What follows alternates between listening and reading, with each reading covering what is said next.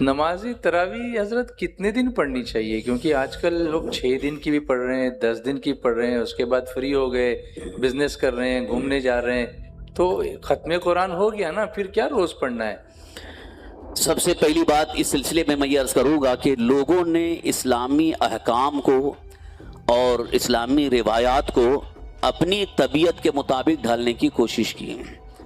آج کوشش یہی ہو رہی ہے کہ بس ہماری طبیعت یہ ہے کہ ہم کو ایسے کرنا ہے، شریعت کا کیا حکم ہے اس کی طرف کوئی توجہ نہیں، ہماری طبیعت، ہماری سہولت، ہم جیسا چاہیں ویسے کریں، ایسا نہیں ہے، بلکہ کچھ نئی چیزیں جن کی ایجاد کی اجازت نہیں ہے اس سے بچنا ہی چاہیے۔ تو تراویح کی جو نماز ہے ماہ رمضان المبارک میں عشاء کی نماز کے بعد 20 رکعات تراویح، یہ مکمل پورے رمضان المبارک میں یہ سنت مؤکدہ ہے۔ پورے رمضان المبارک میں اگر تراویح کی نماز کے بارے میں لوگ یہ سمجھتے ہیں کہ صرف ختم قرآن ہو جانا یہی تراویح ہے تو یہ بھی ایک غلط فہمی ہے۔ ختم قرآن ایک سنت،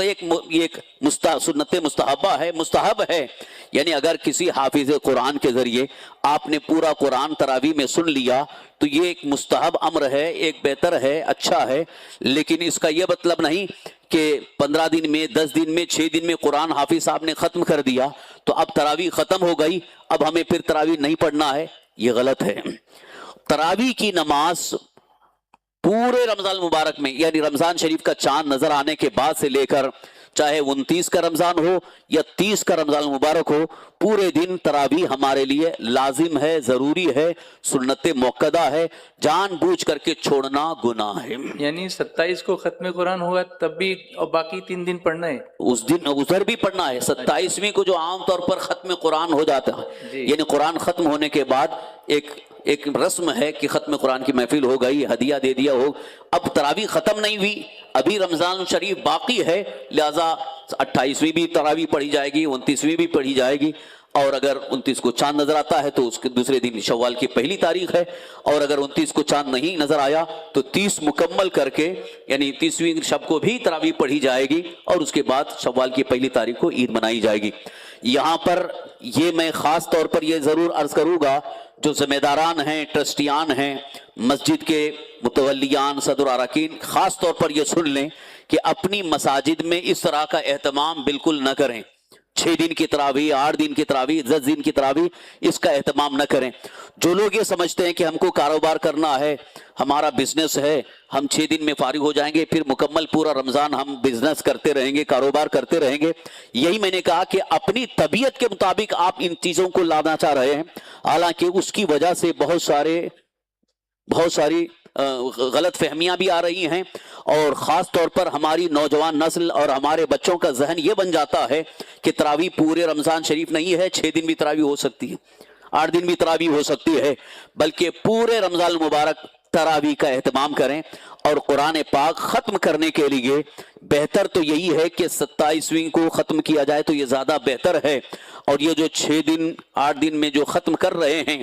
میرا اپنا تجربہ میں بتا رہا ہوں، میں نے غور کیا ہے کہ اکثر الا ماشاءاللہ اکثر حافظ اس میں اتنا تیز پڑھتے ہیں کہ ان کو روزانہ 3 پارے پڑھنا ہے، 4 پارے پڑھنا ہے، تو وہ تیز پڑھیں گے کیونکہ ان کو وقت بھی دیکھنا ہے، 1 گھنٹے میں ختم بھی کرنا ہے 4 پارے، اور اتنا تیز پڑھیں گے کہ قرآن اکثر غلط پڑھنا ہو جاتا ہے۔ تو اس غلطی کا وبال حافظ قرآن پر، امام پر بھی ہوگا، اور جتنے مقتدی نماز پڑھ رہے ہیں ان پر بھی وبال ہوگا۔ اس لیے بہتر یہ ہے کہ قرآن پاک صحیح پڑھا جائے، اور وہیں پر آپ قرآن کریم سننے کے لیے جائیں اور تراویح ان کی اقتداء میں پڑھیں۔ 2 چیزوں کا خاص لحاظ کرنا ہے، ایک تو یہ ہے کہ امام سنی صحیح العقیدہ ہو، سمجھ رہے ہیں آپ میری بات کو، امام سنی صحیح العقیدہ ہو، یہ نہیں کہ بس بہت اچھے انداز میں پڑھ رہا ہے، آواز بڑی اچھی ہے، خوبصورت انداز سے پڑھتا ہے، لہجہ بہت اچھا ہے، بہترین خوبصورت آواز ہے، آواز دیکھنا یہ کافی نہیں ہے، یہ تو ایکسٹرا چیز ہے، بلکہ پہلے اس کا عقیدہ دیکھنا ہوگا کہ امام کیسے عقیدہ والا ہے، معاذ اللہ رب العالمین گستاخ رسول کا عقیدہ رکھتا ہے، اور بارگاہ مصطفیٰ صلی اللہ علیہ وسلم کی بے ادبی اور توہین کرتا ہے، یا اسی عقیدے کو مانتا ہے، تو اس امام کی اقتداء میں نماز ہی درست نہیں ہے، چاہے تراویح ہو، جمعہ ہو، عیدین ہو، کوئی بھی نماز نہیں ہے۔ لہذا پہلی شرط یہ ہے کہ امام سنی صحیح العقیدہ ہو، اور دوسری شرط یہ ہے کہ وہ امام قرآن کریم کو تجوید کے ساتھ صحیح پڑھتا ہو تو اس کی اقتداء میں نماز پڑھنا یہ آپ کے لیے بہتر ہوگا، کیونکہ سال میں ایک ہی مرتبہ یعنی ماہ رمضان المبارک میں یہ آپ کو من جانب اللہ یہ موقع عطا ہوتا ہے کہ تراویح کی نماز پڑھیں، تو اس میں بھی جلد بازی کی وجہ سے یہ جلد قرآن ختم کرنے والوں کے پیچھے جو پڑھتے ہیں وہ بہت ہی زیادہ غلطی کر رہے ہیں، ان کی نمازیں خراب ہو رہی ہیں۔ بمبئی میں ایک جگہ کے بارے میں مشہور ہے کہ وہاں 25 منٹ میں پوری تراویح ہو جاتی ہے اور لوگوں کی وہاں بھیڑ لگی رہتی ہے۔ 25 منٹ میں تراویح، وہ بھی مکمل طور پر 1.5 پارے 2 پارے پڑھ کر کے وہ روزانہ ختم کر رہے ہیں۔ تو یہ 25 منٹ اگر سیدھے علم تر کیف سے بھی پڑھا جائے تب بھی 25 منٹ میں تراویح نہیں ہوتی ہے۔ یہ کیسے پڑھ رہے ہیں اللہ ہی بہتر جانے، لہذا کوشش یہ کریں کہ جہاں صحیح پڑھا جا رہا ہے وہیں پر آپ تراویح کی نماز پڑھیں۔ اور دوسری بات یہ ہے کہ اسی ضمن میں ایک سوال وہ بھی ہے کہ کیا ختم قرآن جہاں ہو رہا ہے وہیں پر تراویح پڑھنا ضروری ہے، یا اگر حافظ قرآن نہیں ہے سورہ تراویح یعنی علم تر کیف سے اگر کوئی پڑھ رہا ہے تو اس کے پیچھے نماز ہوگی کہ نہیں؟ بالکل صحیح ہے، آپ اگر حافظ قرآن کے پیچھے نہیں پڑھ پائے اور کوئی اگر صحیح پڑھنے والا سنی سلقیدہ امام علم تر کیف سے پڑھائے تو یہ سورہ والناس تک یہ بھی تراویح کے لیے کافی ہے، اس سے بھی تراویح کی نماز ہو سکتی ہے۔ اور اگر جماعت کے ساتھ تراویح نہ مل سکی، جیسے کہ کبھی کبھی ایسا ہوتا ہے کہ جماعت نہیں ملی تو لوگ یہ سمجھتے ہیں کہ حافظ قرآن کے پیچھے ہی نماز تراویح ہوتی ہے اور تنہا نماز تراویح نہیں ہوتی ہے، یہ بھی غلط فہمی ہے۔ اگر آپ کو کہیں تراویح کی جماعت نہیں ملی تو اکیلے تنہا بھی تراویح کی نماز پڑھ سکتے ہیں، چاہے مسجد میں ہو یا اپنے گھر میں ہو، لیکن پڑھنا ہے تراویح کی نماز سنت موقدہ ہے، لازم ہے، ضروری ہے۔ تو جب اکیلے آپ پڑھیں گے تو قرآن کریم کی جو بھی صورتیں آپ کو یاد ہیں ان صورتوں کو پڑھ کر کے اپنی نماز تراویح ادا کر سکتے ہیں۔ تو کیا عورتوں پر بھی تراویح سنت ہے؟ عورتوں کے لیے بھی تراویح کی نماز ہے، البتہ ان کے لیے جماعت نہیں ہے کہ وہ مسجد میں جا کر کے جماعت کے ساتھ ادا کریں، بلکہ وہ اپنے اپنے گھروں میں جہاں انہوں نے نماز کے لیے جگہ مقرر کی ہے وہیں پر وہ اپنی جہاں 5 وقتہ نمازیں پڑھ رہی ہیں اسی طرح سے نماز تراویح بھی وہ پڑھیں گی۔ تو کیا وہ خواتین کی جماعت کر سکتی ہیں؟ ویسے جماعت مکروہ ہے تداعی کے ساتھ۔ تداعی کا مطلب یہ ہے کہ عام اعلان کر کے سب کو بتا کر کے بلا کر کے جماعت قائم کرنا، یہ ان کے لیے مکروہ ہے، اس سے بچنا چاہیے۔ البتہ اگر کسی گھر میں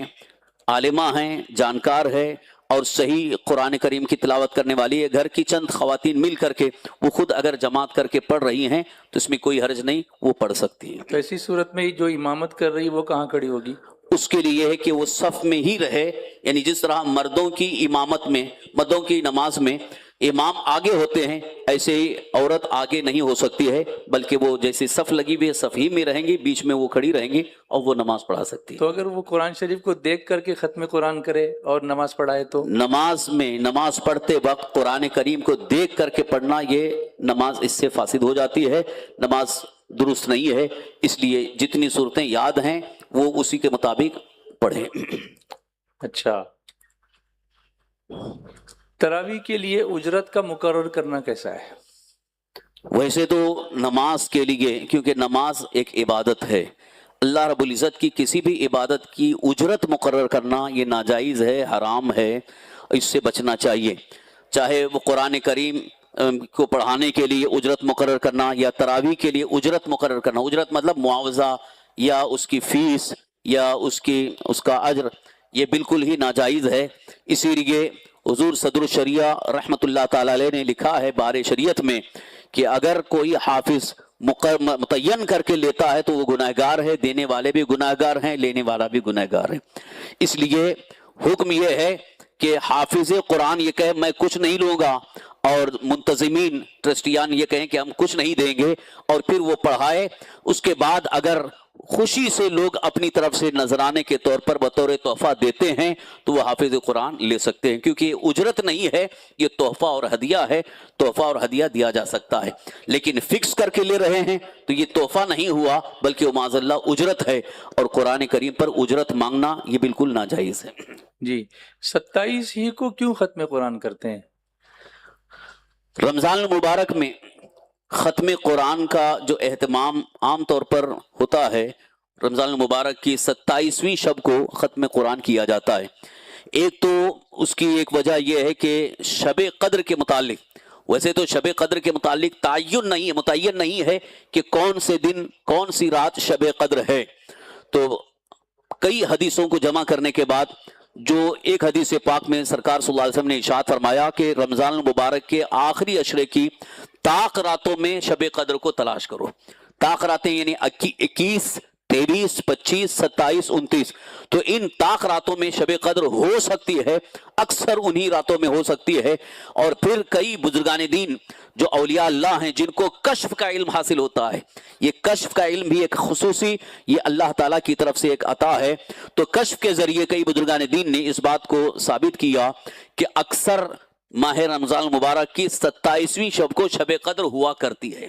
تو اس لیے اس کے بارے میں زیادہ اہتمام ہونا شروع ہوا کہ کم سے کم لوگ 27ویں شب کو شب بیداری کر کے شب قدر کی فضیلت پالیں. تو جب شب قدر میں شب بیداری کا اہتمام یہ مساجد میں شروع ہوا تو اکثر علماء نے یہ فرمایا کہ اسی میں ختم قرآن بھی ہو جائے تاکہ شب قدر بھی مل جائے اور ختم قرآن کا اہتمام بھی ہو جائے. اس لیے 27ویں شب کو ختم قرآن کا اہتمام کیا گیا. ہاں, لیکن جیسے کہ ابھی آپ نے ڈسکس کیا تھوڑی دیر پہلے کہ 27 کو لوگ